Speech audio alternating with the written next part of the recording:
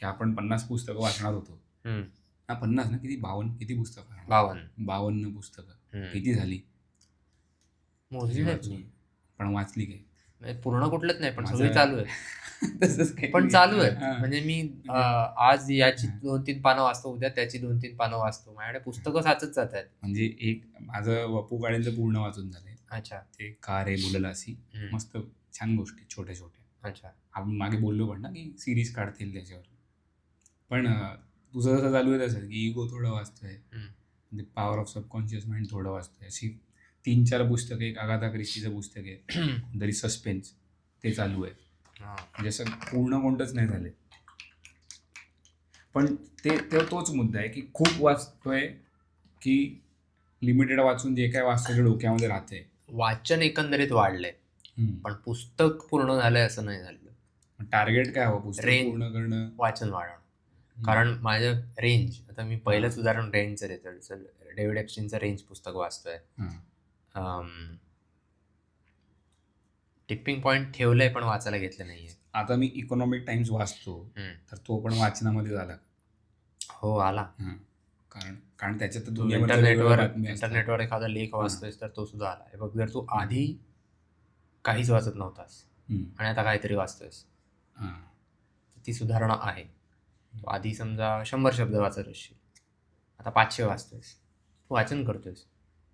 तुझ्या मेंदूला काय फरक पडतो की तू काय वाचतो? काय म्हणजे जे वाचतोयस ते थोडा त्याचा मानसिक परिणाम होणार या जाणीवेने की अरे मी पुस्तक वाचतोय. तर तू त्या मजकुराकडे वेगळा बघणार. पुस्तकाचं कदाचित मला असं असेल की यार मी सुरू केलं आणि पूर्ण केलं, मग तुझ्या ती भावना येत असेल की मी हे काहीतरी पूर्ण केली. त्यातनं ते एक वेगळं मिळतं. ते पेपरात नाही. पण पेपरामध्ये आता इकॉनॉमिक, तू आता बाकी कोणते पेपर वाचलेस नाव नाही घेत, पण काही खूपशा बातम्या कामाच्या नसतात. बायकोने केला नवऱ्याचा मर्डर आपल्या कामाच्या नसतात. हे काय करणार हे वाचून? पण इकॉनॉमिक टाइम्समध्ये जर बातम्या येतात तर तुला काहीतरी नवीन एक पर्स्पेक्टिव्ह मिळत राहतो की अच्छा हे होतंय.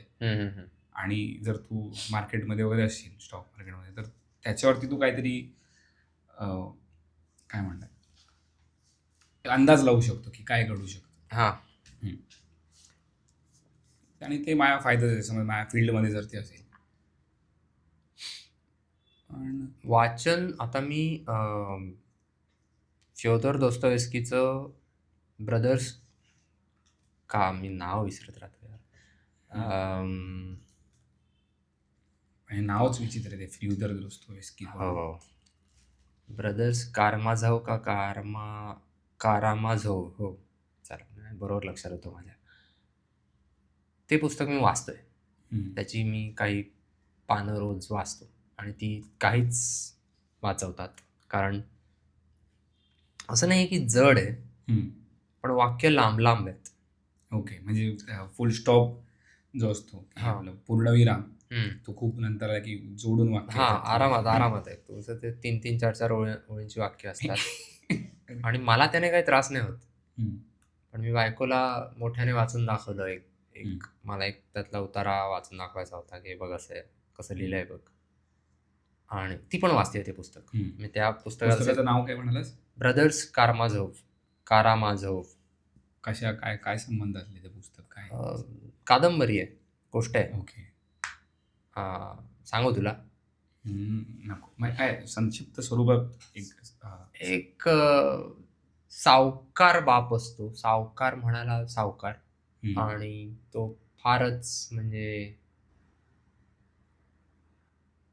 विलासी असतो, चैनीत जगणारा, अगदीच त्याला पडलेलं नसते. त्याला 3 मुलं होतात 2 बायकांपासून. आणि त्या दोन्ही बायकांना पहिली बायको मरते, पहिली बायको पळून जाते, दुसरी बायको मरते. ओके. आणि मग ते 3 मुलगे. आणि पुस्तकाची सुरुवातच यापासून आहे की तो सावकार मेला. भूताची स्टोरी वगैरे, रात्रीचा खेळ झाले? नाही, तसा नाहीये. पण तो सावकार मेला. दोस्तोयेव्स्की यासाठी असतो की सामान्य माणसं फारसा विचार न करता म्हण, किंवा फार काही मनात द्वेष किंवा असं काहीतरी वाईट भावना न बाळगता सुद्धा वाईट कामं कशी सहज करू शकतात. आपण किती सहजपणे आपलं नैतिक अधःपतन होऊ शकतं. ओके. या करू शकतात की होतात हातून? म्हणजे आता एक त्याचं क्राईम अँड पनिशमेंट नावाचं पुस्तक आहे. हं. ते मला वाचायचं आहे.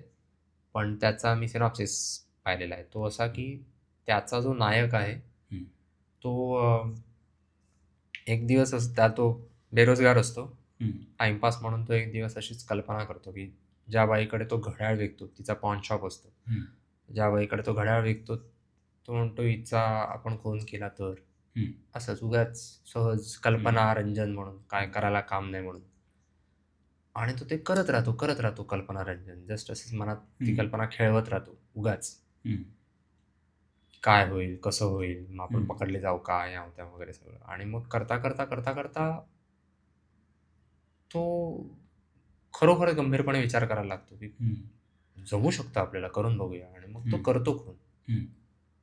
आणि मला कदाचित, आता मला सिनॉप्सिस तितका असा आठवत नाही, पण कदाचित तो आणखीन एक खून करतो. कदाचित तिच्या बहिणीला पण मारतो. आणि तो पकडला जात नाही. हं. तो अजिबात पकडला जात नाही. परफेक्ट क्राईम करतो तो. पण मग होतं असं की त्याला आतल्या आत ते खात राहतं. जेव्हा त्याला जाणीव होते की आपण असंच बरोबर आहे. उगाच टाईमपास म्हणून काय त्या बाईशी नातो आपलं काय म्हणजे नव्हतं, बरोबर. वाकलं नाही, काय नाही. मारून टाकलं तिला. तर ते त्याला खात राहतं आणि मग कुठलीतरी एक मुलगी असते जी त्याच्याबरोबर जी त्याच्याबरोबर त्याचा संवाद वगैरे होतो आणि तिच्याशी बोलून मग त्याला आपण चांगलं वागलं पाहिजे वगैरे जाणीव होते. आणि मग शेवटी वाटतं तो स्वतः स्वाधीन होतो की ओके. मी केलाय खून वगैरे म्हणून. तुझं म्हणणं होतं सुरुवात ही होती की लोक दोस्तोस की असं साध्या सुध्या लोकांचं जे फार विचार नाही करत, म्हणजे असं मॅलिस त्याला काय म्हणूया, मनात कुठल्याही प्रकारची क्रूर किंवा दुष्ट भावना न बाळगता किंवा तो कट कारस्थान असं मुद्दामून नाही मला वाईट करायचंय जगाचं, मला जग जाळायचं, जगावर असतात ना लोकांचा जगावर राग असतो तसं न बाळगता जस्ट असंच सहज फक्त विचार केला नाही म्हणून माणसाच्या हातून किती क्रौर्य घडू शकतं. तिथं खूप ठिकाणी होतं ना, पण ते त्याचं वर्णन किंवा त्याचं एक्सप्लोरेशन करणारा आहेत असा माझा समज आहे. आता ते पुस्तक जेवढं मी वाचेन तेवढं मला लक्षात येईल. कारण त्यात आणखीन एक त्याने एक पात्र दिलंय, ती जी मुलगी असते म्हणजे त्या फ्योदोर जो सावकार असतो त्याची दुसरी बायको, तिचं बालपण कसं झालेलं असतं त्याबद्दल सांगताना की तिला वाढवणारी आजी एक नातेवाईक तिची, ती काय वाईट नसते, फक्त ती जस्ट म्हातारी झालेली असते आणि तिला म्हणजे ती आरडाओरडा करत राहते, ओरडते, कंटाळलेली असते ती आयुष्यात. तर ती तिच्यावर सगळी तिचा स्वतःचा वैताग व्यक्त करते आणि इतकं तिला घालून पाडून बोलते त्या मुलीला की ती आत्महत्या करायचा प्रयत्न करते. म्हणजे ती त्याने ज्या पद्धतीने मांडलंय ना, ते असं वाटतं की पटतं की हो, असं माणूस काही ठरवून वाईट वागायला जात नाही, पण तो नकळत इतका वाईट वागत राहतो, त्याचा परिणाम काहीतरी भयंकर होतो. अरे हे रामदास स्वामी म्हणतात ना, ते आपण वाचतो एवढं की सावध असायला हवं. कुठल्या श्लोकात? कितीतरी मना बोलणे नीच शोषित जावे पण मना सज्जन आहे. बरोबर. नेमकं असा सावधपणे वागावं, बोलावं असं. कारण तेच झालं ना की तू जर बोलतोयस नको रे मना. ओके. पहिल्या 10 श्लोकांमध्येच पहिले 10 श्लोक मला वाटते सगळं सार कोर. नको रे मना कामना नाविकारी, नको रे मना सर्वदा अंगी, नको रे मदा सर्वदा अंगीकारू, नको रे मना मत्सरू दंभ भारू. नको रे नाही, ते ह्याच्यातले सुरुवातीच्या श्लोकांमधलं. ते पण सुरुवातीचाच होता. हो. 6वा श्लोक होता तो. मना बोलणे नीच शोषित जावे 7वा आहे. त्याच्यात दोन्ही गोष्टी आहेत की पेशन्स हवे तुझ्याकडे, आणि पेशन्स सगळ्याच बाबतीतले आले ना. मना श्रेष्ठ धारिष्ठ जीवित राहावे जो केलेला पेशन्स नुसतं बोलण्याचे किंवा याचे नाहीये. सगळ्यात आता स्टॉक मार्केटमध्ये आपण कधी ट्रेडिंग करतो, आपल्याला वाटतं हे यार आणि प्राईज आली, पेशन्स नसतात, आपण पटकन विकतो किंवा पॅनिक होतो, तर ते त्याच्यात पण पेशन्सच आले. सगळीकडे रिलेट होते तीच गोष्ट. तर किंवा आता आपण एकमेकांशी बोलतोय, आपल्याला थांब मला मुद्दा आठवलाय मला बोलू दे, तर ते पण पेशन्सच आहे ना, की आपल्या पेशन्स नाही की थांब जरा. हल्ली ते पण कमी झालंय असं वाटतंय मला. आधीपेक्षा कमी झाले. मला सांगायचंय थांब, यापेक्षा मला हा काय सांगतोयस तू बोल, ते पण ऐकून घेतो, हे जरा जास्त मला तरी वाटतं माझं वाढलंय. आधीपेक्षा ते खूप फरक पडले, हा, पण पूर्ण नाही पडले. पूर्ण आता नाही समज पडले. तू आणि मी बोलतोय, कधीतरी आपण उत्साहात असतो. तू आणि मी बोलतो ठीक आहे, पण आता हा. कोणा दुसऱ्याकडे गेलो, हा. दुसरा कोणतरी बोलतोय की मी एखादा मुद्दा मांडतो आणि तिसराच व्यक्ती मधून काहीतरी बोलतोय, अरे थांब ना. ते होतं पण ते होतं. हा, पण ते पण झालं ना पाहिजे ना. जर तू असं नाही की ते होता कामा नये, कारण जर तू स्वतःवरती कंट्रोल ठेवतोय तर ओके बोल, कम्प्लीट कर, मग मी बोलतो. पण नाही, फक्त तसं नाही. आपल्याला जिथे आपली जागा योग्य आहे, जिथे आपला अधिकार आहे, तिथे तो आपण राखायलाही हवा. नाहीतर मग आपण असे हो की कोणी येतो, तो राजपाल यादव आहे ना, हमका मंदिर का घंटा है कोई भी आके बजाय जाते, तसं नाही होता काम. पण एक कुठेतरी वाचलेलं की चांगला लीडर कोण असतो, जो सगळं ऐकून घेतो. हो. हा, मग तू काही लीडर नाही बनत आहे, कधीतरी तो लीडर पण बोलत असेल ना. हा, पण चांगली क्वालिटी आहे ना. मग तो शेवटी बोलतो, ऐकून घेतो आणि मग बोलतो. पण ते जर कोणाला मुद्दा मांडायचा तर मांडू दे. पण मुद्दा हा होता की तू म्हणत होतास की हे दोस्तोवस्कीचं त्या कादंबरीची थीम, त्याचे विषय तसे असतात सहसा, असा माझा समज आहे. ओके. तर कारण हे पहिलंच पुस्तक मी वाचतोय त्याचं पहिलं नाही, मी वाचतोय ते पहिले. आणि मग कदाचित त्याचं पहिलं नाहीये.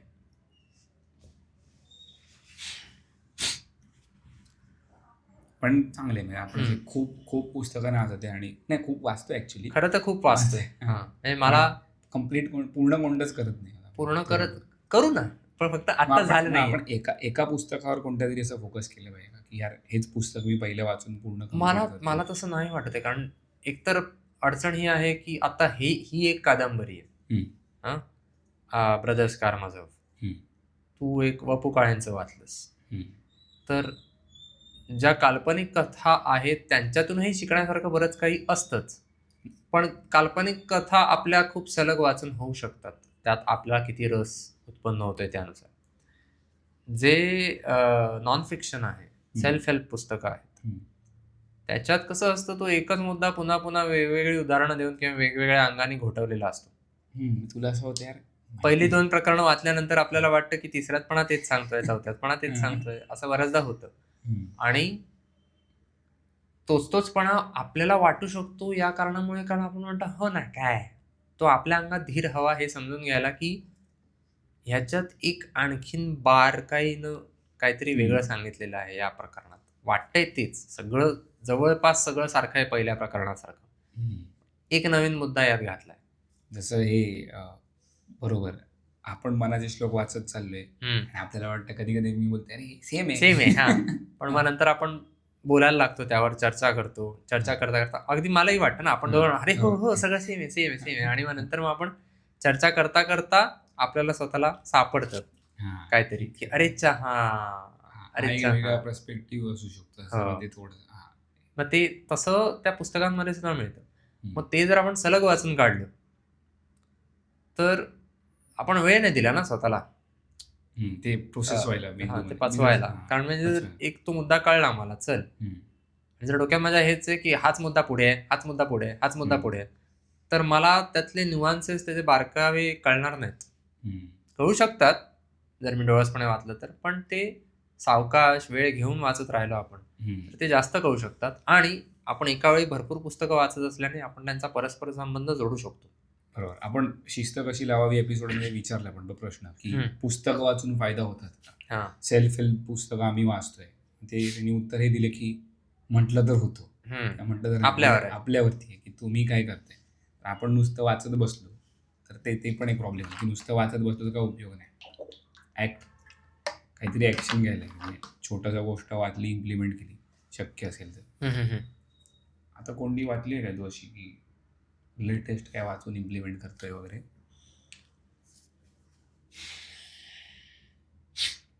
मी मागच्या एपिसोडमध्ये तुला क्रेग पेरी बद्दल सांगितलं.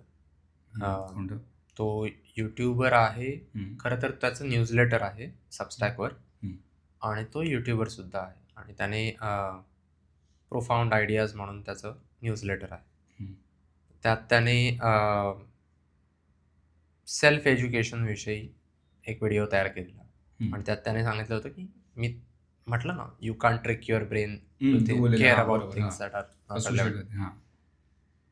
त्याने मला माझ्या डोक्यात जो कायम संशय असायचा, शंका असायची, जसं तू मगाशी आत्ता तू विचारलंस की आपण हे करतोय ते बरोबर आहे का, आपण सलग एक पुस्तक वाचायला हवं का, की आपण असं एक ना, कारण एक तो शंका येते ना, एक ना धड भारावर चिंध्या होत आहे का, मी हे पण वाचतोय, मी हे पण वाचतोय, हे पण वाचतोय, की मग माझ्या डोक्यात काही राहील का वगैरे. पण मला ते करताना मजा यायची, येते. म्हणजे हे करतोय ते, हा, की अरे थोडं इथून घे, थोडं इथून घे, थोडं इथून घे, आणि मग ती एकीकडे कुठेतरी बाबा शंका आहे की आपण बरोबर करतोय. त्याचा तो व्हिडिओ पाहिल्यानंतर माझ्या लक्षात आलं की आपण आपल्याला जेवढं गरजेचं आहे तेवढं उचलावं. ओके. आणि बाकीचं सोडून द्यावं त्यावेळेसाठी. कारण आता मला आठवते, मी काही व्हिडिओ पाहिले होते जे जेव्हा मी पहिल्यांदा बघितलेत, मी व्हिडिओची उदाहरणं देतोय आता, पण पुस्तकांनाही ते लागू होतं. जेव्हा मी ते पहिल्यांदा बघितले होते तेव्हा मला त्यातनं वेगळा अर्थबोध झाला होता, किंवा विशेष काय झाला नव्हता, अनेक व्हिडिओमधला एक व्हिडिओ. आणि मग माझी मनस्थिती बदलली, आणि तेव्हा मी तो व्हिडिओ पुन्हा आला माझ्या फीडमध्ये, तर मी पाहिला आणि म्हटलं अरे अच्छा, हे मला मागच्या वेळी जाणवलं नव्हतं. हा व्हिडिओ मी आधी पण पाहिलाय, पण तेव्हा मला हे सुचलं नव्हतं. हे त्या व्हिडिओत झालंय. हे माझं पुस्तकांमध्येही झालंय. हॅरी पॉटर वाचताना झालंय. बाकी सगळं मी, कारण हॅरी पॉटरची पारायणं केलेत, ती वाचताना झालंय. आयन रँडचं ते फाउंटन हेड ते पुन्हा वाचताना झालंय. ॲटलास श्रग पुन्हा वाचताना झालंय. प्राईड अँड प्रेजुडिस पुस्तक, त्याची पारायणं केलेत मी, कारण मला ती इंग्लिश भाषा खूप आवडते. ती फार अशी 18व्या शतकातली भाषा आहे. अच्छा. तर आणि ती प्राईड अँड प्रेजुडिस माझं अलीकडेच वाचून झालं, आणि आता मला फार सोपं वाटतंय. म्हणजे पूर्ण झाल्यानंतर एखाद्या लेखकाची भाषा, मी त्याची पारायणं केलीत. आधी मी चिकारदा पूर्ण वाचलेलं आहे, पण ते कसं व्हायचं की पहिल्या वेळी वाचलं तेव्हा अर्धा ते कळलंच नाही. एवढं लांबलचक वाक्य आहेत, कुठे काय मला कळत नाही, जड शब्द आहे असं वाटायचं. मग पण तरी त्यातनं जे कळू शकलं ते कळलं.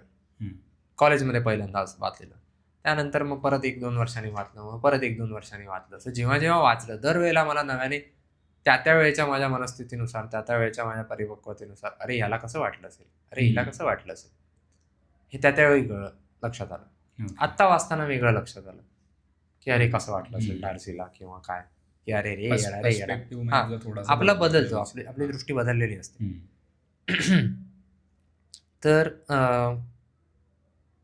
तो फायदा आपल्याला जेव्हा आपण बरीच पुस्तकं एकाच वेळेला वाचतो तेव्हा होऊ शकतो, आणि होतो. मला स्वतःला तो जाणवतो होताना. पण हा मला वाटतंय फक्त, म्हणजे मला एक खात्री आहे, हे फक्त तू अशी पुस्तकं वाचशील ना जेव्हा तुझे ती इंटर रिलेटेड नसतील गोष्टी, नॉन फिक्शन, सेल्फ हेल्प वगैरे असं करताना होईल. कारण मी मध्ये ययाती आणि पर्व एकत्र वाचायला घेतलं, आणि ते दोन पण असे, म्हणजे काय होतात, त्यांची जी स्टोरी आहेत सगळ्या राजा महाराजांच्या असे, आणि त्या मिक्स व्हायला लागल्या तुझ्या डोक्यात. मी म्हणजे तिथे होत, हा कुठे गेला असं व्हायला लागलं. ते हा कॅरेक्टर कुठे गेला, आता त्या पुस्तकामध्ये. मग ते कारण म्हणून त्या गोष्टी सलग वाचायला लागतील, किंवा त्याच्यामध्ये दुसरं कोणतरी सेम जॉनरचं पुस्तक उपयोग नाही. कारण जर मी एक सस्पेन्स पुस्तक वाचतो आणि साईड बाय साईड दुसरं सस्पेन्स पुस्तक वाचतो, दोन्ही इंग्लिश आहेत, दोन्ही सेम रायटर, तर मग ते मिक्स होणार. त्यात नावं ओळखीची नसतील तर जास्तच, किंवा नावं पण समज सेम असतील, की एकच कॅरेक्टर 2 ठिकाणी, जो मेन लीड आहे, तर मग कळणार नाही, ते मिक्स होणार. विशेषतः त्रास महाभारतात होणारच होणार, कारण त्यात पात्र खूप आहेत, आणि त्यात जर तू पर्व वाचत असशील ज्याच्यात सलग नाहीये. हे ययातीमध्ये कशावरती आहे ती, तो ययाती राजा होता, त्याच्या लहानपणापासून ती सुरुवात होते कशी काय, पण तेच की होत होता तो इश्यू. ती जिथे ती गडबड होते तिथे ती नाही. पण मला असं नाही वाटत की फक्त ते फिक्शनच्या बाबतीत होईल, कारण म्हटलं तर हे विषय सारखे झाले. म्हणजे तू समजा एकीकडे ययाती वाचतोयस आणि दुसरीकडे मग तू काहीतरी समजा हॅरी पॉटर वाचतोयस, तर ते वेगळं झालं ना. वेगळा झाला विषय. हा, अगदीच जवळजवळ असलेले विषय तू वाचायला घेतलेस तर थोडाफार गोंधळ होऊ शकतो. आता मी 2 पुस्तकं घेतलेत.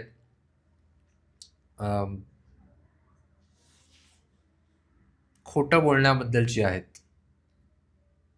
The honest truth about dishonesty मला वाटतं एकाचं नाव आहे, आणि दुसरं आहे द लायर इन यू का द लायर, मला आता नाव नाही आठवत नीट, पण दोन्ही खोटं बोलण्याविषयीची आहेत. मी व्यवस्थित बघून घेतली ती की कशाबद्दलचे आहेत, आणि ते म्हणजे संशोधन करून की त्यामागचं मानसशास्त्र म्हण किंवा कसं काय असतं वगैरे सगळं. कॉग्निटिव्ह डिसोनन्स विषयी सुद्धा त्यावर आहे. म्हणजे आपण कॉग्निटिव्ह डिसोनन्स विषयी जेव्हा गप्पा मारल्यात तेव्हा आपण म्हणतो की वर्षानुवर्ष तुझ्या डोक्यात एक विचार असतो आणि मग तू नवीन वास्तव स्वीकारत नाहीस, तो त्याला कॉग्निटिव्ह डिसोनन्स म्हणतात.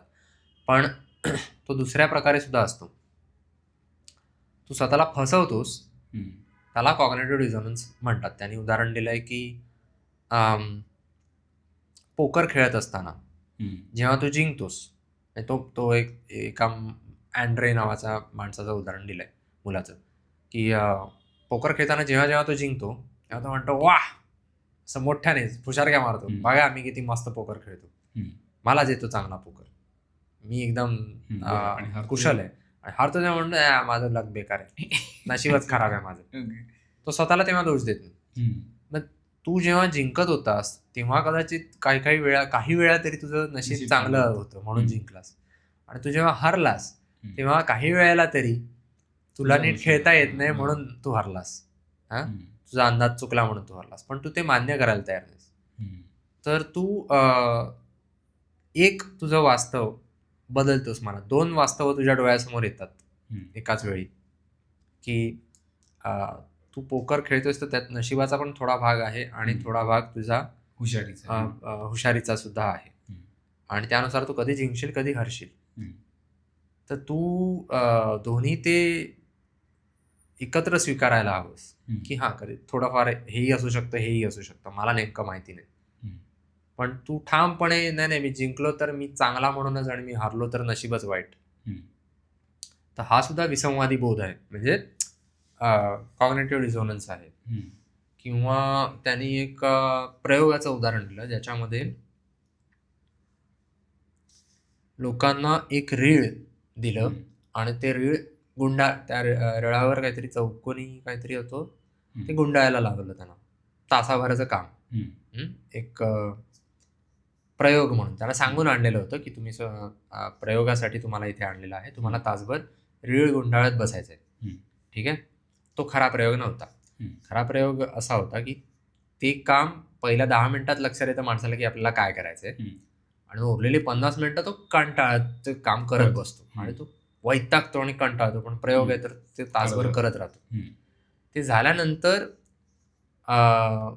तो जो शास्त्रज्ञ असतो तो त्याला म्हणतो मला जरा मदत करशील का, माझ्याकडे आज हाताखाली माणसं कमी आहेत, तर पुढचा जो येणार आहे ना त्याला जरा फक्त इतकंच सांग की हा प्रयोग किती मस्त आहे, यात मजा येते करायला, एकदम धमाल येते, तर कर एकदम छान मजा येते, मस्ती एकदम सरळ आहे, आणि मी तुला $1 देईन तू जर हे केलंस तर. तो म्हणतो ठीक आहे, आणि मग काही जणांना तो $20 देतो. ओके. तर फरक हा आहे $1 घेणाऱ्यांमध्ये आणि $20 घेणाऱ्यांमध्ये, की जे $20 घेतात त्यांना स्पष्ट माहिती असतं की आपण खोटं बोलतोय, आणि ते काय म्हणतात की बाबा मला $20 मिळणार आहेत म्हणून मी हे खोटं बोलतोय, प्रश्न मिटला. ज्याला $1 मिळणार आहे त्याला $1 मोह सोडवत नाही, पण आपण $1 साठी खोटं बोलतोय हे त्याच्या नैतिकतेलाही पटत नाही. $20 आहेत ना, मग मी खोटं बोलेन नाही, $20 मिळतात मी का सोडू, असं $1 साठी कुठे खोटं बोलायचं दुसऱ्या माणसाशी. तर मग तो स्वतःचाच असा समज करून घेतो की खरं तर ना यात मजा येत होती मला तासभर, आणि तो खरोखर स्वतःचा समज करून घेतो तसा. तो बदलतो, तो स्वतःला सांगतो मनापासून की त्याला वाटतं की हो मला मजा आली, $1 मिळणाऱ्याला. तर अशा प्रसंगी या प्रसंगात लक्षात येतं की लोक त्या परिस्थितीमध्ये एखादा कुठला त्यांना डिलेमा असतो किंवा असा जेव्हा नैतिक प्रश्न असेल म्हण किंवा कुठलाही वेगळा प्रश्न असेल म्हणजे ज्याच्यामध्ये दोघांपैकी एक निवड करायची असते आणि ते मोहाला बळी पडत असतात कुठल्या तरी, तेव्हा ते स्वतःशी खरं बोलत नाहीत, स्वतःला खरं वागत नाहीत स्वतःशी. ओके. तर ते एक पुस्तक मी वाचतोय. दुसरं त्याचं पुस्तकात काय ते नाव काय याचं? मी आताच घेतलं, द लायर इन यू मला वाटतं. थांब तरी 1 मिनिट थांब, तरी बघतो. द लायर इन युअर लाईफ हे त्या पुस्तकाचं नाव आहे. अच्छा. आणि the honest truth about dishonesty ते दुसरं बरोबर होतं. ओके. आता ही स्टोरी सांगली कशातली आहे? द लायर इन युअर लाईफ. ओके. ते एक वाचतोय. दुसरं विक्टर फ्रँकलचं मॅन सर्च फॉर मिनिंग पुन्हा वाचायला घेतलंय. म्हणजे खरं तर ते पहिला त्याचे 2 भाग आहेत. एक त्याच्यात ज्यूच्या छळछावणीत त्याच्याबरोबर काय झालं ते होतं आणि पुढच्या भागात लोगोथेरपी आहे. तर ते लोगोथेरपी मी वाचलीच नव्हती, त्याने नंतर मांडलेला सिद्धांत. ओके. ते पुस्तक मी आता चाळतोय मधनं मला लागेल तसं, की माझ्या डोक्यात एखादा विचार आला की अरे हो, याच्यात विक्टर फ्रँकलने हे पण म्हटलं होतं ना, मग मी ते जाऊन शोधतोय त्या पुस्तकात काय म्हटलंय, आणि मग ते मिळालं तर ठीक आहे, नाही मिळालं तर जोवर मिळत नाही तोवर वाचतोय. त्यामुळे ते सगळं वाचून होतंय माझं. असं होतंय. पण ते सलग वाचत नाहीये, थोडं इथलं थोडं तिथलं असं वाचतंय. मला वाटतं मी लोगोथेरपीवर जाईन ओघाने. असं वाचन सध्या चालू आहे. त्यामुळे बरीच पुस्तकं चालू आहेत. त्यामुळे वाचन वाढलंय. विचारांची व्याप्ती अशी रुंदावली आहे, फोफावली आहे. आपला जो मनस्ताप व्हायचा तो कमी झालाय. म्हणजे फक्त स्वतःपुरता नाही, बाहेर म्हटलं ना, बाहेर रस्त्यावर पडलं की वैताग डोक्याला काय त्या मुद्द्यावरती येतोस की काय फरक पडला आपल्या मनाचे श्लोक करून काय फरक पडला, की एक सगळ्यात मोठा बदल मानसिकता बदललेली आहे आणि ती अनेक अंगांनी बदललेली आहे. ओके. हां, म्हणजे थोडक्यात असं होत नाही की नुसतं सेल्फ हेल्प वाचतोय आणि त्याचा उपयोग होत नाही. म्हणजे असं पाहून वाटेल की अरेच्या मला चांगल्या सवयी लागल्यात की नाही लागल्यात, तर काही सवयी चांगल्या लागल्यात, त्या दिसून येणाऱ्या दुसऱ्याला असतील नसतील मला कळतायत. सगळ्याच काही सांगण्यासारखे आहेत असं नाही. बरोबर. की म्हणजे काय बाबा, आता सायली येऊन गेली, ती म्हणाली सकाळी दात घासा किंवा नका घासू, पण रात्री नक्की घासा. मी सकाळी पण घासतोच आहे, पण रात्री पण दात घासायला लागलोय. ते झालंय, ते सगळे हे खूपशे बदल झाले. म्हणजे असं होत नाही की नुसतं सेल्फ हेल्प जंक होते की साठवत चाललं, अच्छा हे करायला पाहिजे, आणि मग यातली कोणतीच गोष्ट होत नाही. ते असं नाही होत. ते काय होतं की जेव्हा आपण सेल्फ हेल्प पुस्तकं वाचत राहतो तेव्हा आपण आपल्या मनाचा असा समज करून घेत राहतो की नुसतं मी हे वाचतोय म्हणजेच आपण सुधारतोय, आणि प्रत्यक्षात काही होत नाही, आचरणात बदल होत नाही. तर ते तर होणं बंद झालंय आता. म्हणजे तसं तर नाही होतंय की बाबा नुसती पुस्तकं वाचतोय आणि स्वतःचा समज करून घेतोय की वाह मी सुधारतोय, वाह माझं आयुष्य सुधारतंय. तसं नाही होतंय. बरोबर. वेळच्या वेळी उठणं होतंय, गोष्टी आटपत आहेत वेळच्या वेळी, 1-2 दिवस जातात मधनं, असं नाही की सलग सगळे दिवस तसे होतात. पण आधी जर असं होतं की आपण सलग 6 दिवस, आठवड्याचे 7 दिवस जर आपण नीट आपला दिनक्रम नसायचा, बेशिस्त असायचा, तसं नाही आहे आता वेळच्या वेळी आठवड्यातला एखादा दिवस असा. म्हणजे एक असं झालंय की रुटीन एक आलंय, बनलंय असं होतं. मला पण 1-2 गोष्टी असं झाल्या की आता तू बोलणार पुस्तकं वाचतोय, नॉन फिक्शन मला वाटतं जास्ती इम्पॅक्ट करतं डोक्यावरती. कारण फिक्शन इम्पॅक्ट करतं, नॉन फिक्शन नाही. फिक्शन का, आता मी तुला म्हणालो मागे वपू काळेंची मी गोष्ट वाचलेली ती, त्याच्यात नानू नावाच्या कॅरेक्टर होतं, त्याची गोष्ट होती की त्याला आई कुत्र्यासारखी मारत असते आणि ज्याच्या पर्स्पेक्टिव्हने ती गोष्ट लिहिली होती, शेजाऱ्याचं तो म्हणतो अरे काय वाईट बाई आहे, मी वाट लावते, बिचारा मुलाला एवढं मारते. त्याच्या मनात असते की ह्याला आपणच दत्तक घेऊया, पण काय घेऊ शकत नाही, आणि तेच चालू राहतं. ते लहानपणापासून ती सगळा राग मुलावरती काढते, मुलगा मोठा होतो आणि नंतर तो जेव्हा परत येतो शेजारी दुसऱ्या शहरात जाऊन, तो परत येतो, तो बघतो की नानू आहे तिथेच आणि नानू एकदम दणकट बनलाय. नानूला कसलाच फरक पडत नाही.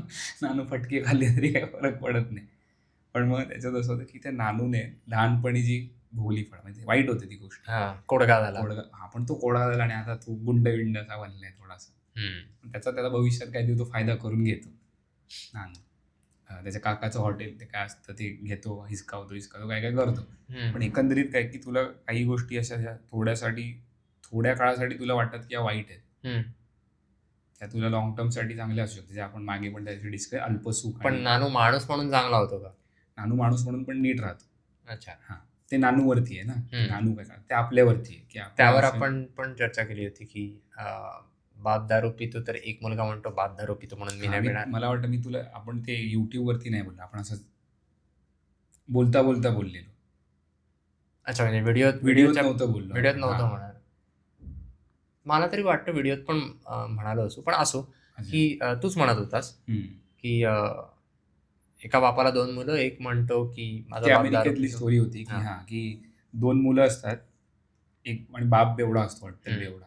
मग ते पत्रकार विचारतो की एक बेवडा असतो, एक पूर्ण बेवडा बनतो, अट्टल बेवडा, कॉम्पिटिशन नाही देऊ शकत असा, आणि दुसरा एकदम चांगला बनतो, सक्सेसफुल होतो लाईफमध्ये. दोघांना विचारतो की काय तुम्ही दारुडे का बनला, ज्याला जो दारुडा बनला तू दारुडा का बनला. तर तो म्हणतो की माझा बाप दारू प्यायचा, असा होता तसा होता, माझं नशीब खराब म्हणून मी दारू प्यायला लागलो, मला त्याची सवय लागली. आणि दुसरा मुलगा बोलतो की माझा बाप दारू प्यायचा, आईला मारायचा, शिव्या बिया घालायचा, घाणेरडा होता, मी ठरवलं असा बनायचंच नाही आयुष्य. मग तेच पर्स्पेक्टिव्ह झाला ना. तर नानूने ठरवलं की नानू चांगला बनला म्हणून तो चांगला बनला. पण मुद्दा काय, आता समज इथलं आपलं दहीसरचा घोळ झालाय माहिती आहे ना, ते मेट्रो. हा, तर मग मी काय करतो, आधी मला असं वाटलं की यार काय इडेत, काय समजत नाही, काय पण करून ठेवतात, त्रास होतो ना. कारण मग नंतर आता काय करतो की चल हे झालंय ना, आता काय करू शकतो, मग तिथून स्टेशनवरून चालत जातो. त्यामुळे तुझं चालणं वाढलं. मग ते अर्धा तास चालतोय, मग जाताना अर्धा तास, येताना अर्धा तास. मग आपण आपलं काय करू शकतो याच्यामध्ये, आपण आपला फायदा करून घ्यायचा त्यातनं, किंवा आपला मार्ग काढायचा त्यातनं. कारण आता मी हे चेंज तर काय करू शकत नाही ना यामध्ये, की तिथे काय लेटर लिहा किंवा काय, मला आयडिया पण नसेल, असो काय मार्ग असेल काहीतरी. मूर्ख म्हणजे डिझाईन पूर्णपणे चुकलेलं डिझाईन आहे. पण हे तू पाहिलंस का की हा संदेश म्हण किंवा काय बहुतेक गोष्टींमधून मिळतो की हिरोच्या बाबतीत काहीतरी, नायकाच्या बाबतीत काहीतरी वाईट घडतं, आणि मग ते वाईट घडतं त्या निमित्ताने काहीतरी नवीन चांगली संधी त्याच्या समोर चालून येते, आणि मग तो ती घेतो संधी, उचलतो तिचा फायदा, आणि मग मोठा होतो. सगळ्यात जास्त ते नारुटो वाईटातून चांगलं होतं वगैरे. मग सगळ्यात जास्त हे नारुटो मध्ये असं तू लहानपणी जर बघितले असशील ना. मी एकच एपिसोड पाहिला त्याचा. अच्छा, तू बघितलं किंवा 2च. ओके. पण त्याच्यात म्हणजे खूप एपिसोड आहेत, 900 वगैरे, पण त्याने जी स्टोरी बिल्टअप केली आहे ना ती मस्त आहे. म्हणजे कोणी असं होत नाही की नारुटो बघितलं आणि त्याला आवडलं नाही, फालतू वगैरे असं होत नाही. हा, मला आवडले जे मी पाहिले ते, पण फक्त अरे बापरे 900 फार फार लांबचा, म्हणजे मग माझं अर्धा आयुष्य निघून जाईल त्यात असं वगैरे वाटून मग मी घाबरून थांबलो. त्याची मांगा वाचू शकतो, पुस्तक आहे ना, कॉमिक दिवसाला एक वाचले 900 दिवस लागतात. नाही, पण कॉमिक कमी असतील त्याचे. पण म्हणजे हेच होतं की एकतर तू गोष्टी वाचून कर, किंवा तू सेल्फ हेल्प वाचून कर, किंवा नॉन फिक्शन म्हणजे फक्त सेल्फ हेल्पच असतं असं नाही, तू कुठल्या तरी असं संशोधनपर पुस्तकं असतील ते वाचून कर.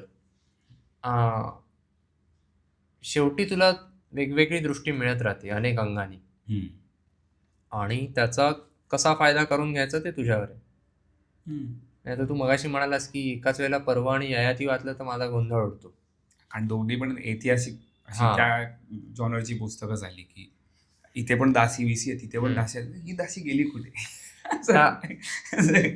आता माझं कसं होतंय की मला लक्षात येतंय की मी जर फ्योदर दोस्तोयेव्स्कीचं पुस्तक असंच वाचायला घेतलं असतं आधी, तर ते जड आहे म्हटल्यानंतर मी ठेवून दिलं असतं की नाही, म्हणजे एकच पुस्तक वाचून पूर्ण करायचं असं.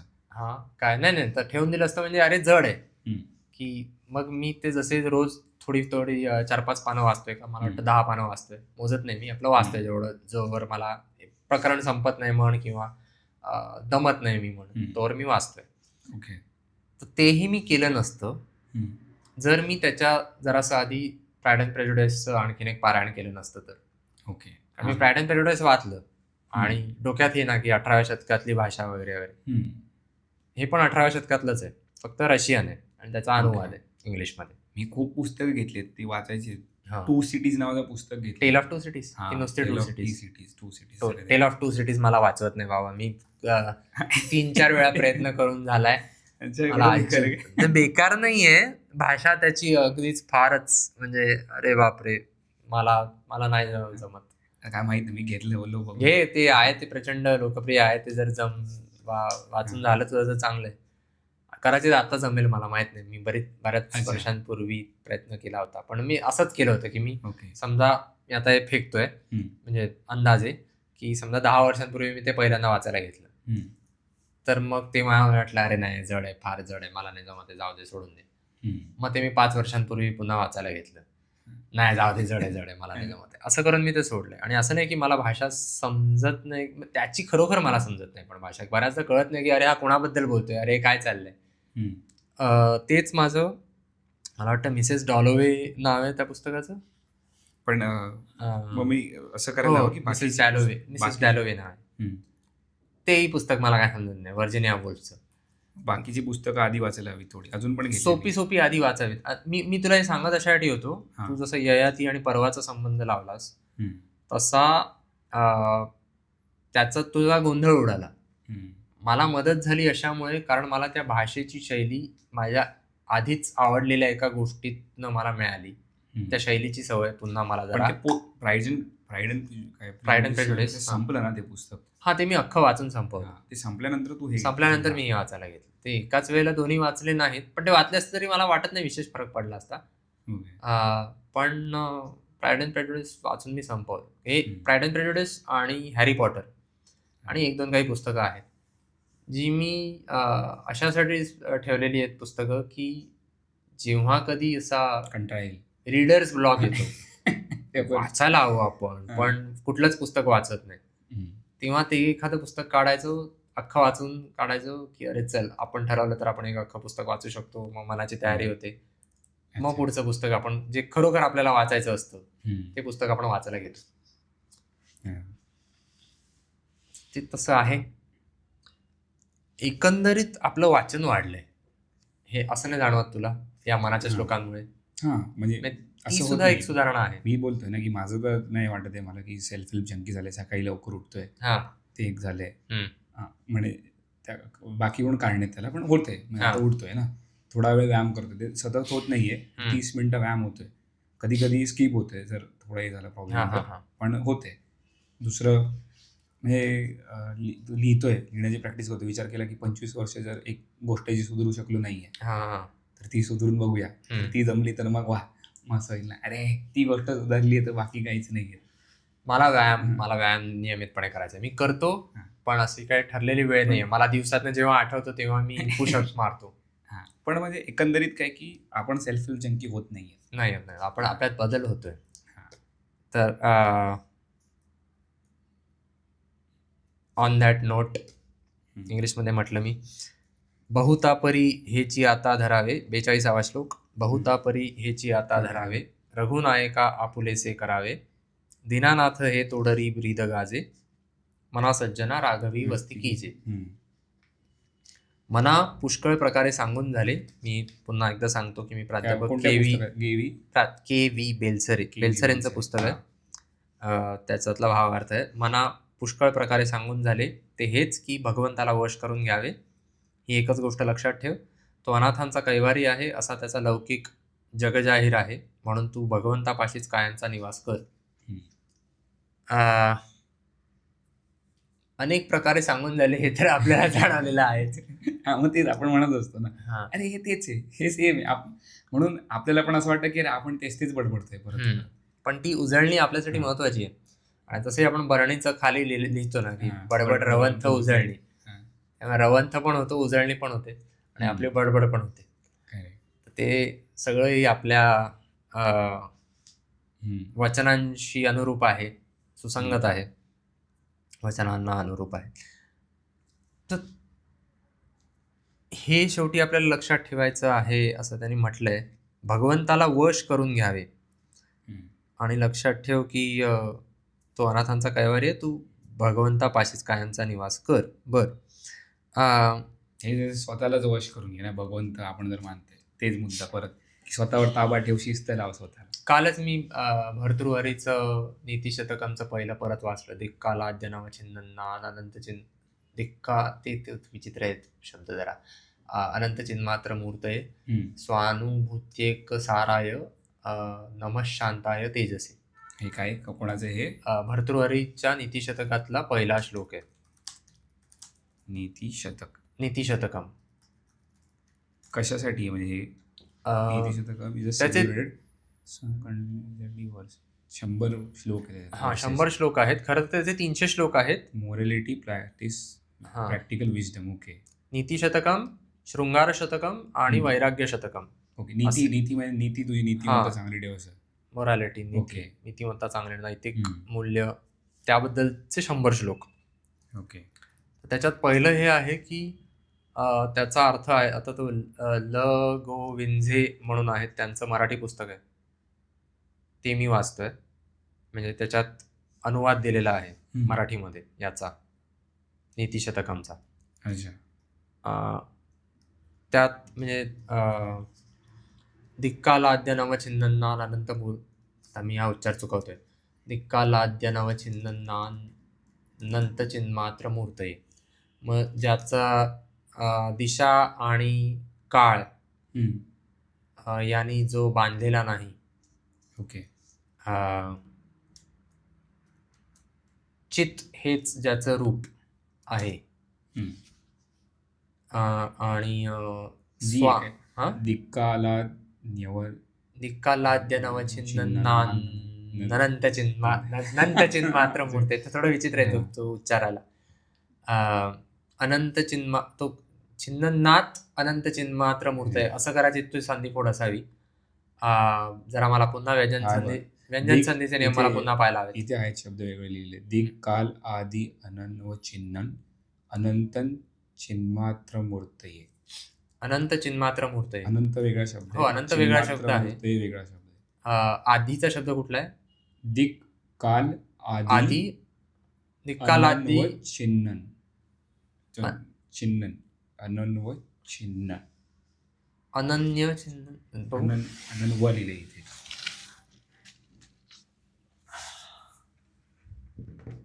अनवच्छिन्न काय अनवच्छिन्न अनंत अनवच्छिन्न. अच्छा ठीक आहे, तो डबल न आहे, तो नाहीये. तसे नशीब मला थोडं विचित्रच वाटत होतं. अनवच्छिन्न, बरं, अनवच्छिन्न अनंत चिन्मात्र मूर्त आहे. तर मग जो दिशा आणि काळांनी बांधलेला नाही आणि जिथे ज्याचं रूप आहे, एकमेव रूप आहे जिथेच त्याचं, आणि स्व अनुभूती हीच त्याला जाणण्याचा हाच त्याला जाणण्याचा एकमेव मार्ग आहे. स्वानुभूती एक साराय. The one who is non only through the direct personal experience. स्वतः स्व अनुभूतीतूनच आपण त्याला जाणून घेऊ शकतो. अशा नमः शांताय तेजसे, अशा ईशाच्या नमस्कार शांत स्वरूप तेजाला मी नमस्कार करतो. तर ती स्व अनुभूती या शब्दाने मला खेळून घेतलं की अच्छा, म्हणजे मी माझ्या मार्फतच हे करू शकतो, मला कुठून बाहेरून ते मिळणार नाही. आणि ते तू म्हणालास ना की आता भगवंताला वश करून घ्यावे किंवा रामाला वश करून घ्यावे. म्हणालो त्या दिवशी आपल्या पॉडकास्टमध्ये, शिस्तीच्या पॉडकास्टमध्ये म्हणाले की स्वतःवर ताबा ठेवणं म्हणजे शिस्त. म्हणजे तरी की तुम्ही काय तो श्लोकात तो वाचलास ना तू, अर्थ लिहिलेला की ईश्वराला तुम्ही वश करा. मग तेच झालं ना, आपण स्वतःच मानतोय की आपल्याला ईश्वर आहे तर त्याला वश केला पाहिजे. म्हणजे तू आपण त्याचे काय म्हणूया, आपण त्यानुसार आपणच ईश्वर असल्यानुसार आपण जगायला हवं. पण असं नाही की तो सिनेमा आहे ना ज्याच्यात तो स्वतःला काय बरं, अरे ते बॉईज मध्ये होमलँडर कॅरेक्टर दाखवले ना, देव समजतात, लोकांना ठारवीर मारत जातो. नाही, आता हे जरा तीव्र स्वरूपाचं झालं. पण नाहीतर मी म्हणत होतो की बघितलंय बॉईज. नाही, सुपरमॅन सारखं कॅरेक्टर दाखवलंय ते. खूप ताकद वगैरे असते, सगळं काही सुपर हिरो असतो, पण तो विचित्र मार्गाला लागतो. तो म्हणतो मी देव आहे, मला नमस्कार करा. त्याला हृदयाचा धगधग आवाज येतात, त्याला कळतं की समोरचा घाबरलाय, तो मला घाबरलास का, आणि त्याला कोण घाबरलं की ठार मारतो. अच्छा. वेगळा झालेला दाखवलंय. अरे तो एक मराठी सिनेमा आहे ना हम्म. ज्याच्यात कौस्तुभ नावाचाच एक मुलगा असतो आणि तो स्वतःला कल्की समजायला लागतो. हा ते कळलं. कोणाचा रितेश देशमुखचा वगैरे होता का? नाही नाही नाही, आदिनाथ कोठारे आहे मला वाटतं त्यात. मला तो चित्रपट नाही आठवत, पण ते म्हणजे मजेशीर भाग. अवताराची गोष्ट. Okay.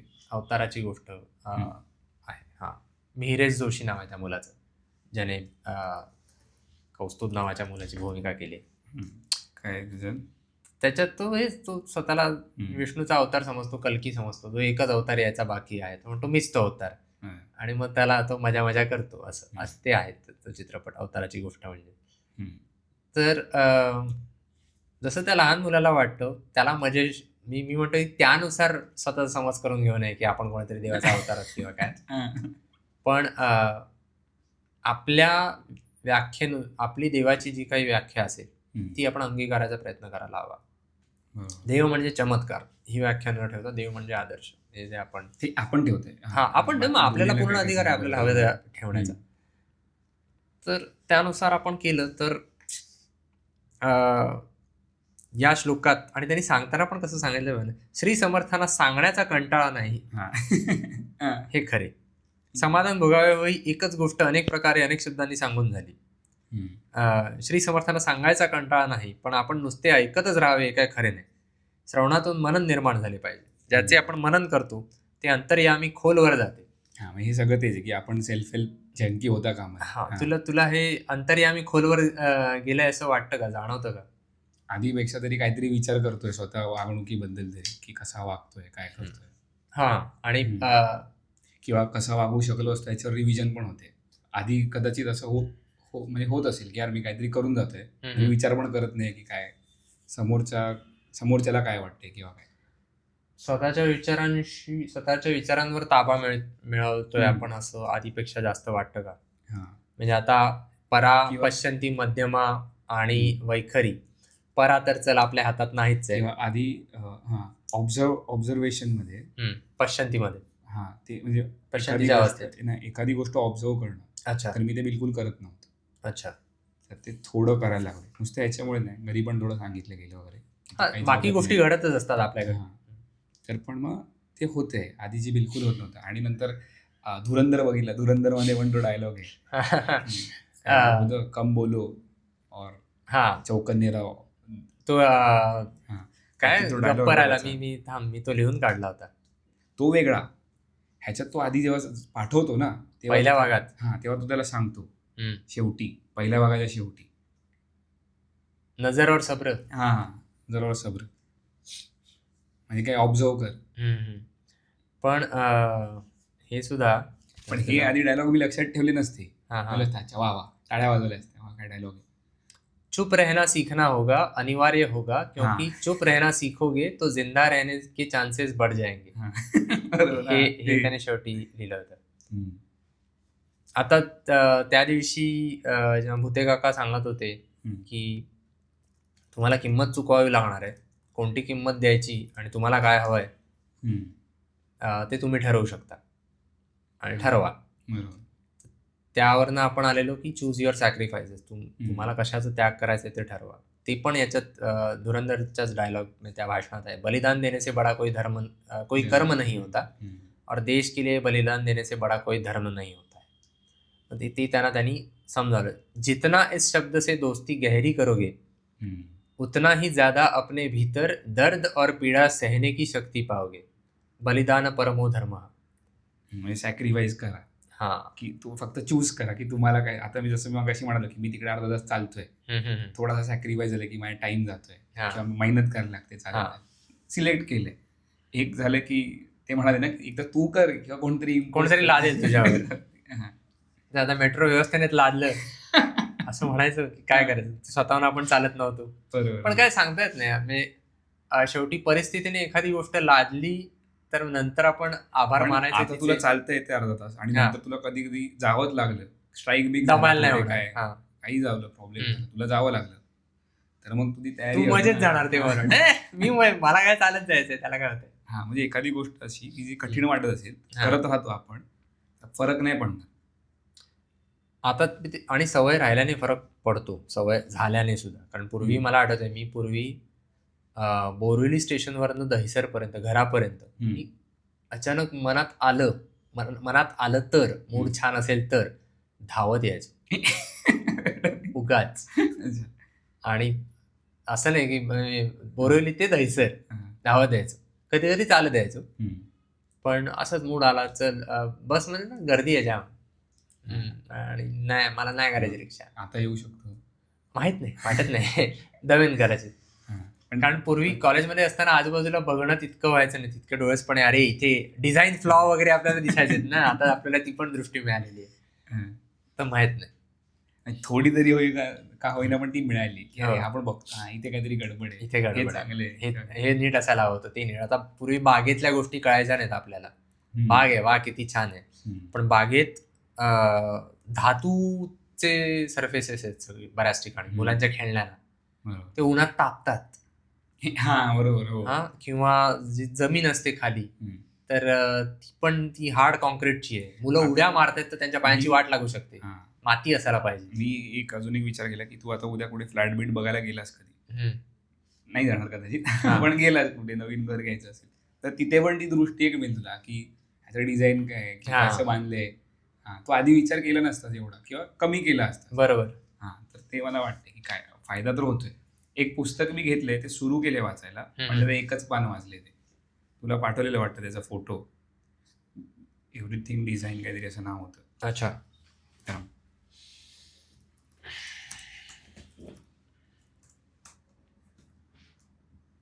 The design of everyday.